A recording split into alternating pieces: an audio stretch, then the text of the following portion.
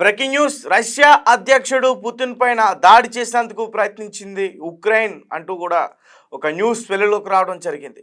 గత కొన్నేళ్లుగా రష్యాకి ఉక్రెయిన్కి చాలా యుద్ధ వాతావరణం అయితే జరుగుతుంది. ఒకరిపైన ఒకరు విరుచుకుపడుతున్నారు. ఒక రకంగా చెప్పాలంటే ఇందులో రష్యాదే పైచేయి అనుకోవాలి. ఇప్పటివరకు ఉక్రెయిన్కి సంబంధించిన చాలా ప్రదేశాలపైన దాడి చేసింది రష్యా, కానీ ఉక్రెయిన్ ఎక్కడ మాత్రం తగ్గట్లే. అయితే ఒక పక్క శాంతి చర్చలకు కూడా పుతిన్ జెలెన్స్కీతో కలిసి భేటీ అవ్వట్లేదని కూడా ఒక వార్త. రీసెంట్ గా కుర్క్స్ అనే ప్రాంతంలో ఒక డ్రోన్తో రష్యాకు సంబంధించిన పుతిన్ హెలికాప్టర్ని దాడి చేసేందుకు ప్రయత్నించారు. వెంటనే అప్రమత్తమైన రష్యా ఒక క్షిపణితో వెంటనే ఆ డ్రోన్ పైన అటాక్ చేసి ఆ ప్రమాదం నుంచి పుతిన్ని తప్పించినట్లుగా కూడా చెప్తున్నారు. అయితే దీనిపైన రీసెంట్గా అమెరికా అధ్యక్షుడు ట్రంప్ కూడా రియాక్ట్ అయ్యారు. ఆయన ఏంటంటే పుతిన్కి పిచ్చి పట్టినట్టుంది, ఒక రకంగా జెలెన్స్కీ మాటలు కూడా నాకు నచ్చట్లేదు, ఒక పక్క ప్రజలు చనిపోతున్నారు వీళ్ళ వల్ల, ఇప్పటికే చిన్నపిల్లలు కూడా చనిపోయారు ఉక్రెయిన్లో, నా మనసు చాలా బాధ పెడుతుంది అంటూ కూడా ట్రంప్ మాట్లాడే ప్రయత్నం చేస్తున్నారు. అయితే ట్రంప్ని ఈ రకంగా మాట్లాడిన తర్వాత చాలామంది కూడా విమర్శిస్తున్నారు. ఎందుకంటే రష్యా అధ్యక్షుడు పుతిన్ని టార్గెట్ చేసి అతను చంపాలి, బ్లాస్ట్ చేయాలి అతనికి హెలికాప్టర్ అనుకున్నప్పుడు మరి వెంటనే రష్యా ఉక్రెయిన్ పైన దాదాపు 367 డ్రోన్స్తో అటాక్ చేసింది, 69 మిసైల్స్తో అటాక్ చేసింది. ఇదే ఇప్పటివరకు వాళ్ళిద్దరికి జరుగుతున్న యుద్ధంలో అత్యధిక పెద్దదైన అటాక్ ఇది. సో చిన్నపిల్లలు చనిపోయారంటూ కూడా చెప్తున్నారు. 12 మంది ఆర్మీ సైనికులు చనిపోయారు ఉక్రెయిన్కి సంబంధించి అంటూ కూడా చెప్తున్నారు. అయితే ట్రంప్ తన ఎక్స్ అకౌంట్ వేదికగా చాలా ట్వీట్స్ అయితే చేయడం జరిగింది దీనికి సంబంధించి. అండ్ ఆయన ఏం మాట్లాడారో, ఆయన ఏం చెప్పారో దాని గురించి కూడా ఒకసారి నేను వివరించే ప్రయత్నం చేస్తాను. అయితే రష్యాకి ట్రంప్ వార్నింగ్ ఇచ్చినట్టుగా కూడా చెప్తున్నారు. రష్యా అధ్యక్షుడు వ్లాదిమిర్ పుతిన్పై అమెరికా అధ్యక్షుడు డొనాల్డ్ ట్రంప్ ఆగ్రహం వ్యక్తం చేశారు. ఉక్రెయిన్ రష్యా మధ్య కాల్పుల విరామణకు సంబంధించి మంతనాలు జరుగుతున్న వేళ పుతిన్ సైన్యం దాడులు చేయడంతో మండిపడ్డారు. పుతిన్ పిచ్చి పట్టినట్లుగా ప్రవర్తిస్తున్నారంటూ కూడా అసహనం వ్యక్తపరిచారు. ట్రంప్ తాజాగా ట్విట్టర్లోని ట్రూత్ వేదికగా స్పందిస్తూ రష్యా అధ్యక్షుడు పుతిన్ నాకు చాలా కాలంగా తెలుసు, మా మధ్య మంచి సంబంధం ఉంది, కానీ ఇప్పుడు పుతిన్ వ్యవహారం సరిగా లేదు, ఆయన పూర్తిగా పిచ్చివాడైపోయాడు, ఈ వ్యక్తికి ఏమైందో నాకు తెలియదు, ఉక్రెయిన్పై ఆయన బాంబుల వర్షం కురిపిస్తున్నాడు, ఎటువంటి కారణం లేకుండా ఉక్రెయిన్ నగరాలపై క్షిపణులు డ్రోన్లు ప్రయోగిస్తున్నారు, నగరాలపై దాడి చేస్తున్నాడు, అన్యాయంగా ప్రజల్ని చంపుతున్నాడు, నాకు ఇది అసలు నచ్చడం లేదు అంటూ కూడా ఆయన ఎక్స్ అకౌంట్ వేదికగా ఆయన పోస్ట్ చేయడం జరిగింది. అలాగే పుతిన్ ఉక్రెయిన్లో ఒక భాగాన్ని మాత్రమే కాకుండా మొత్తం ఉక్రెయిన్ని కోరుకుంటున్నారని నేను ఎప్పుడూ చెబుతూనే ఉన్నాను, బహుశా అది నిజమే కావచ్చు, కానీ అలా చేస్తే అది రష్యా పతనానికి దారితీస్తుంది. అలాగే ఉక్రెయిన్ అధ్యక్షుడు జెలెన్స్కీ తన మాట్లాడే విధానం ద్వారా తన దేశానికి ఎటువంటి మేలు చేయడం లేదు, ఆయన నోటి నుంచి వచ్చే ప్రతి మాట సమస్యలనే సృష్టిస్తుంది, అతడు తన వైఖరిని మార్చుకోవాల్సిన అవసరం ఉందని కూడా ఆయన తెలియజేశారు. ఇదిలా ఉండగా ఉక్రెయిన్పై రష్యా అతిపెద్ద వైమానిక దాడి చేసింది. ఉక్రెయిన్లో వివిధ ప్రాంతాల్లో రష్యా 367 డ్రోన్లు క్షిపణులను ప్రయోగించింది.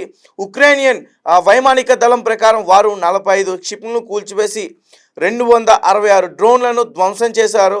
అనేక నగరాల్లో భారీ విధ్వంసం జరిగింది. కీవ్తో సహా 30కి పైగా నగరాల్లో గ్రామాలు దెబ్బతిన్నాయి. ఈ దాడిలో కనీసం 12 మంది మరణించగా చాలామంది గాయపడ్డారు, అందులో చిన్నపిల్లలు కూడా ఉన్నారంటూ కూడా చెప్తున్నారు. సో ట్రంప్ ఎక్స్ అకౌంట్ వేదికగా రష్యా పుతిన్ పైన ఈ రకంగా పోస్ట్ చేస్తారు. అలాగే ఉక్రెయిన్ అధ్యక్షుడి గురించి కూడా మాట్లాడడం చూసాం మనం. అంటే ఒక పక్క శాంతి చర్చలు జరుపుతుంటే మీరు ఈ రకంగా ప్రవర్తించడం చాలా దారుణం, మీ వల్ల అమాయకపు ప్రజలు చనిపోతున్నారంటూ కూడా చెప్తున్నారు. అండ్ ట్రంప్ చేసిన ఆ ట్వీట్ తర్వాత చాలామంది ఇండియన్స్ అతన్ని విమర్శిస్తున్నారు. ఎందుకంటే రష్యా ఈ పాకిస్తాన్ అలాగే భారత్కి జరిగిన ఈ యుద్ధ వాతావరణంలో రష్యా భారత్కి సపోర్ట్గా నిలిచింది కాబట్టి చాలామంది ఖండిస్తున్నారు. ఎందుకంటే రష్యా పుతిన్ పైన ఇలాంటి దాడి చేయడానికి ప్రయత్నించిన ఉక్రెయిన్ని సో ఖచ్చితంగా ఉక్రెయిన్ పైన కక్ష సాధింపు చర్యలు ఉంటాయంటూ కూడా మాట్లాడే ప్రయత్నం జరుగుతుంది. అయితే ఇప్పటికే 367 డ్రోన్లు అటాక్ చేస్తే 298 డ్రోన్లు మేము కూల్చేసామంటూ కూడా ఉక్రెయిన్ చెప్తుంది. 69 మిసైల్స్ వెళ్ళి అక్కడ అటాక్ చేసాయి. అక్కడ ఉన్న ప్రాంతాలన్నీ కూడా కివీ ప్రాంతాలన్నీ కూడా మొత్తం కూడా ధ్వంసం అయిపోయినాయి. అందులో చిన్నపిల్లలు ఉన్నారు, కొంతమంది సైనికులు ఉన్నారు, అలాగే పౌరులు కూడా ఉన్నారంటూ కూడా చెప్తున్నారు. అండ్ 2022లో ఈ యుద్ధం స్టార్ట్ అయింది రష్యాకి అలాగే ఉక్రెయిన్కి. సో అప్పటి నుంచి ఇప్పటివరకు గత 3 ఏళ్ళగా కొనసాగుతూనే ఉంది. ట్రంప్ దీని గురించి కూడా మాట్లాడారు.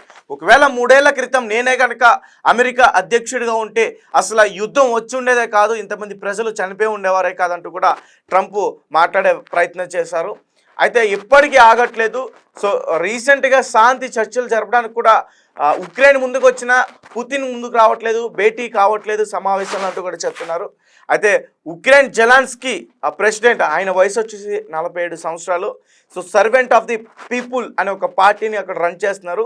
ఆయన 2019-20 మేన ఎలక్ట్ అయ్యారు. అప్పటి నుంచి కూడా ఆయన ప్రెసిడెంట్గా ఉన్నారు ఉక్రెయిన్కి. దాని తర్వాత 2022లో స్టార్ట్ అయింది రష్యాకి అలాగే ఉక్రెయిన్కి. అలాగే పుతిన్ వయసు వచ్చేసి 72 సంవత్సరాలు. సో ఆయనకి చాలా ఎక్స్పీరియన్స్ ఉంది. ఇంతకుముందు సలహాదారుగా కూడా పనిచేశారు ఆయన రష్యాలోనే వేరే పార్టీకి సంబంధించి. అయితే మరి వీళ్ళిద్దరి మధ్య పోరు 3వ ప్రపంచ యుద్ధానికి దారి తీస్తుందా అనే రకంగా కూడా మాట్లాడే ప్రయత్నం చేస్తున్నారు. మీరేమనుకుంటారనే విషయాన్ని ఖచ్చితంగా మాకు కామెంట్ రూపంలో తెలియపరచండి.